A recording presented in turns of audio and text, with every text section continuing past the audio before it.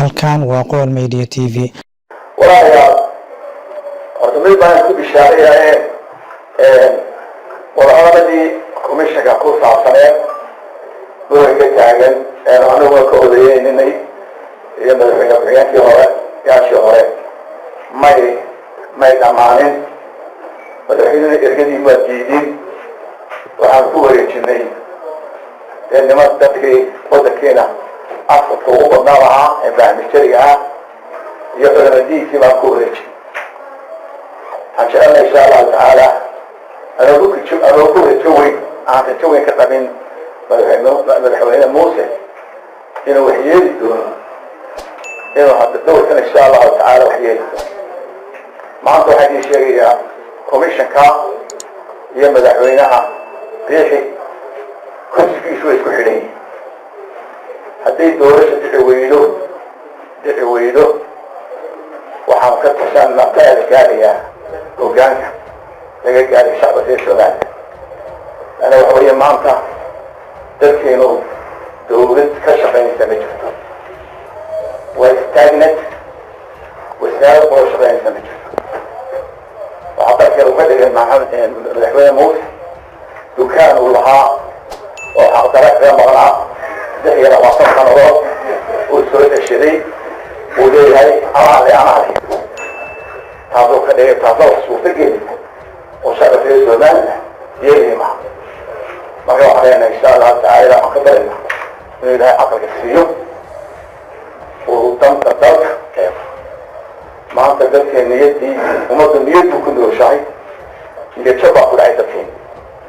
niyadjab baa ku dhacay waa sideed xubnin ismaynu karnay ummaddu way kala tagtay labadii waxaan aan ku faani jirnay doorasho iyo nabadgelya khalkhal bay ku jirtaa way laga arkay jihadaas samaysmay doorashada hadalkeedana iyo haadkeedana madaxweyne muuse maskaxiisa kuma jirto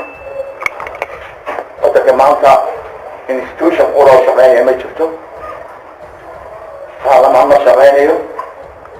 oo ogtihiin goortii ma jirto oo dhaxalbeer gashay dowlada hoose ma jirto oo aragta magaalooyinka u muuqatiin cashuur baanu bixinaa waxay naga soo noqdaa ma jiro madaxweynihii uu hagaaji lahaa in reforma sameeyo waa mujaahid dowr xabadoodaa ku dhacay intaasuu experience leeyahay waxaa tala kale ku haday madax adeeg tala kale oo madaxaan ku jirta oo madaxaya ma jirto intaa 2 sano baan waxtaan dadii madaxaan ka dhukaday doorasha noo socoto aabahay kama dhukan way la dhamaatay aniga aan ninka oo aan ka raacnay madaxweyne ka dhignay indoors garaynay la shaqaynay intaan ka bayan bariya marka bariya shacabka soo ma bariyo waxaan ka codsanayaa dadku waa wada leeyahay mustaqbalku weeye 170 dhalinyarada way dadkeenu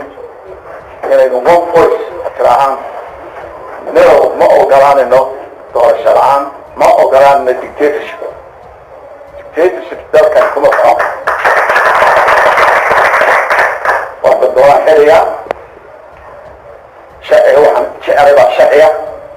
waxaan doonayna sharci maaha la aqbali maayo waxaan leenahay waayaad dalkan haddii aynu hadli weyno aqaabid iska diin weyno dalku naga gurguraya meel loo dheesaa ma jirto waxaan leeyahay saleebaan gudoomiye saleebaan waxaan kaa codsanaya maanta ninkaa da-weyne ma jirto bulshadiiaba xilka haya